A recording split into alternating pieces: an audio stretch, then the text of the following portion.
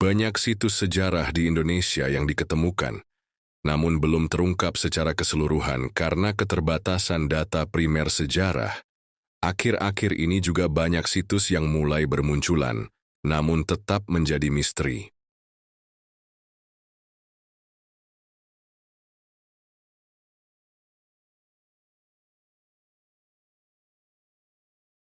Di episode Belusukan kali ini akan kita ulas tentang situs Gumuk.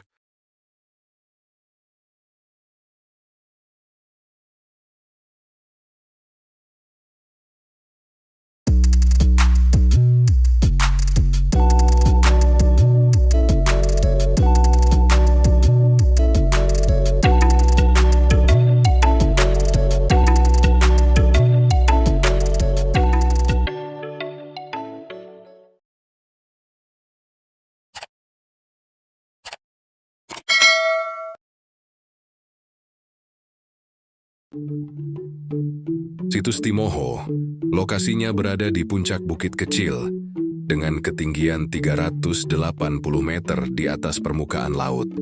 Bukit ini diapit oleh dua aliran sungai, dan di sekitar bukit banyak ditemukan sumber mata air yang berupa rembesan air dari dinding tebing batu.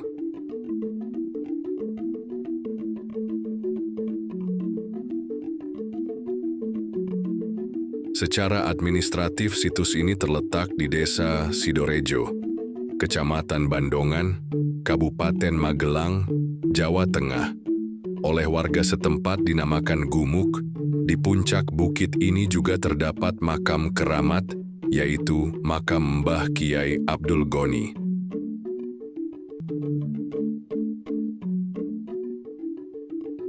Untuk menuju situs ini dari perumahan warga, turun dengan melewati jalan berbatu di bawah rerimbunan rumpun bambu, lalu menyeberangi sungai. Setelah itu melalui jalan sawah atau galengan. Setelah itu melalui jalan yang menanjak menuju puncak bukit. Di balik rerimbunan rumpun bambu terlihat bangunan beratap, situs Gumuk di sekitar bangunan tersebut.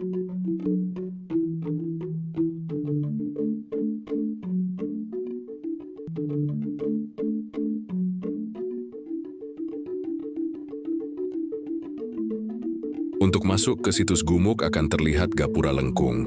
Di depan gapura terlihat tatanan bata kuno dan batu boulder. Setelah melewati gapura, akan terlihat sebuah yoni yang dipasang pipa paralon yang digunakan sebagai padasan untuk berwudhu sebelum masuk ke makam.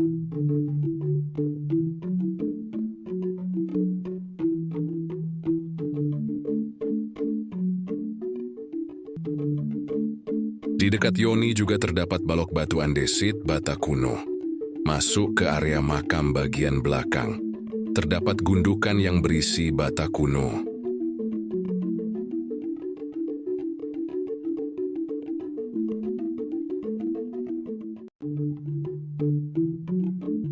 Sebagian bata kuno yang masih utuh ditata di bawah pohon beringin kecil. Bata kuno di sini sebagian merupakan bata kuno berprofil, antefiks yang terbuat dari bata. Temuan lain yaitu batu umpak, yang berbentuk bulat dan umpak berbentuk batu kenong. Kondisinya saat ini tertutup rerumputan.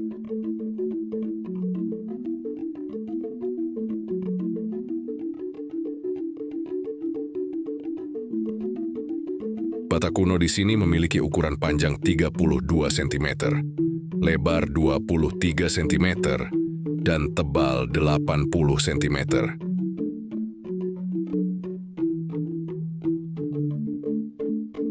Dari temuan tersebut, jauh sebelum adanya makam ini, di puncak bukit ini pernah berdiri bangunan suci yang berupa Candi Hindu Siwa, peninggalan kerajaan Medang atau Mataram kuno abad ke-8 Masehi.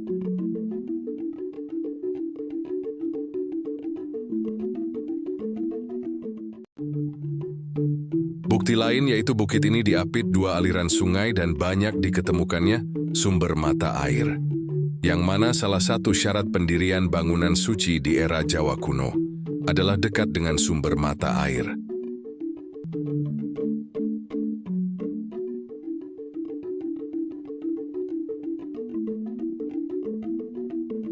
Tidak diketemukannya komponen atap, dan diketemukannya umpak bisa jadi candi di sini tidak beratap permanen, dan hanya menggunakan atap organik atau semi permanen.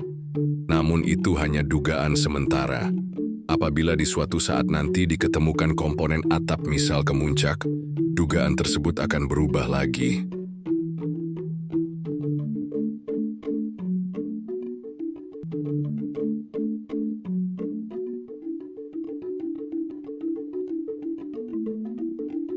Makam Mbah Abdul Ghani berada di dalam sebuah bangunan beratap.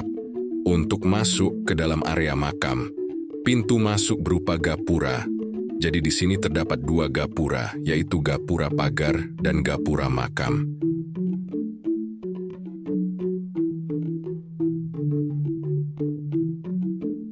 Makam tersebut sudah dibuat baru dengan ditinggikan, sedang nisannya juga baru. Dan lantai makam juga sudah dikeramik. Jadi saya tidak mengetahui nisannya yang dulu bagaimana.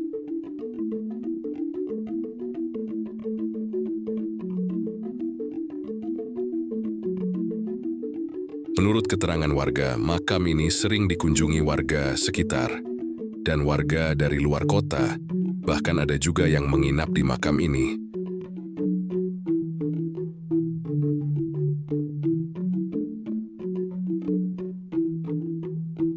Menurut penuturan warga, Mbah Dul Ghani atau Syekh Abdul Ghani atau Mbah Kiai Abdul Ghani, nama Abdul Ghani yang diartikan sebagai Kawulan Kang Moho Sugih, mungkin memang orang terpandang saat itu dan sangat kaya sehingga tidak butuh apa-apa, sehingga menyendiri di bukit ini.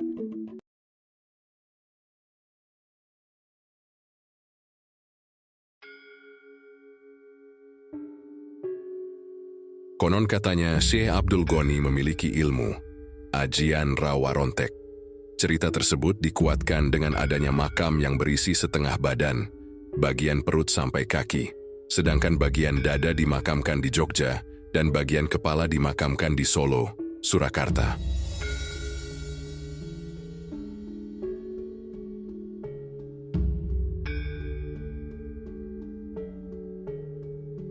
Jadi begini ceritanya.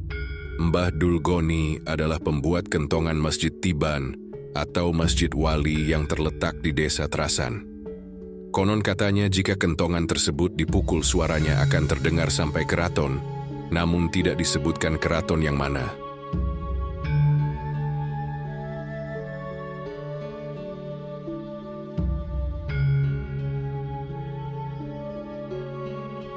Karena sultan atau raja dari keraton tersebut merasa terganggu dengan suara kentongan tersebut, kemudian beliau mengutus prajuritnya untuk mencari sumber suara dan menangkap orang yang membuatnya. Setelah berjalan beberapa hari akhirnya, sampailah utusan raja di sebuah masjid di Desa Trasan. Singkat cerita, kentongan tersebut dibelah menjadi dua bagian, sebagian disita dan Mbah Dul Ghani diminta untuk menghadap sang raja dan kemudian diadili.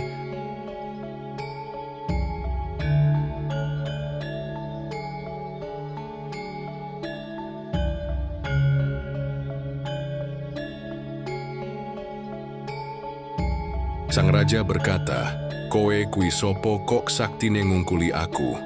Saiki aku njaluk matimu."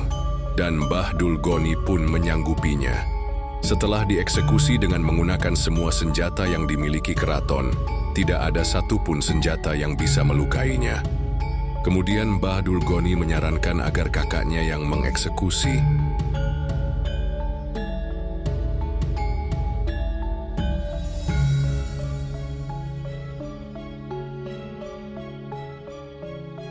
Setelah dipotong dengan alang-alang yang sudah diberi mantra oleh sang kakak, maka dikuburlah Mbah Dul Ghani.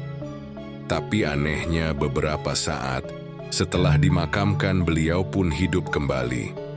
Kemudian sang raja berkata, "Lah kok, kowe ijek urip, opo kowe durung ikhlas?"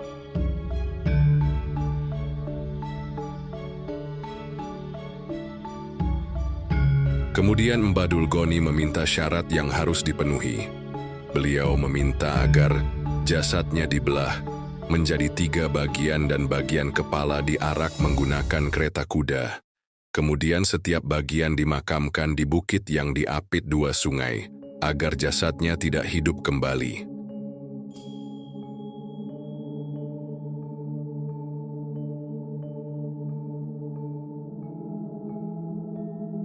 Menurut pendapat lain, Mbah Dulgoni adalah perawat kuda di keraton. Suatu ketika Sultan atau raja di keraton tersebut curiga karena setiap hari Mbah Dulgoni membawa rumput dari Magelang atau tempat tinggalnya, tetapi anehnya rumput tersebut masih segar atau tidak layu ketika sampai keraton tersebut.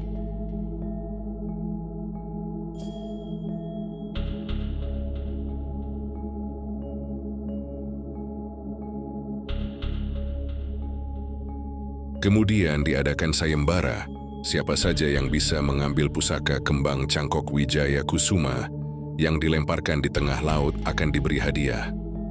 Ternyata yang bisa mengambil pusaka tersebut Mbah Dulgoni. Singkat cerita, Mbah Dulgoni tidak jadi diberi hadiah karena sang raja merasa tersaingi. Kemudian Mbah Dulgoni dieksekusi seperti cerita tadi.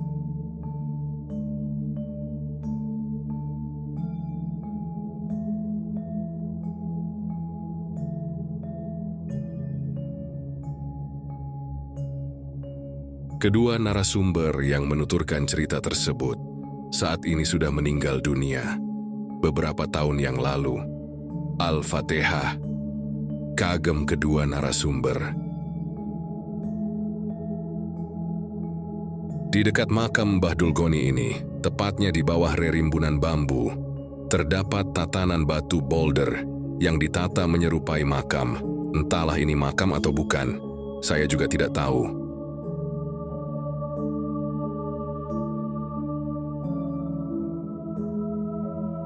Demikianlah ulasan tentang situs Gumuk. Semoga menambah wawasan dan mengembangkan rasa bangga terhadap kekayaan sejarah dan budaya Indonesia.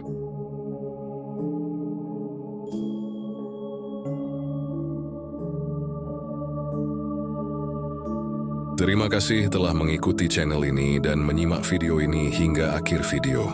Sampai berjumpa kembali di episode berikutnya.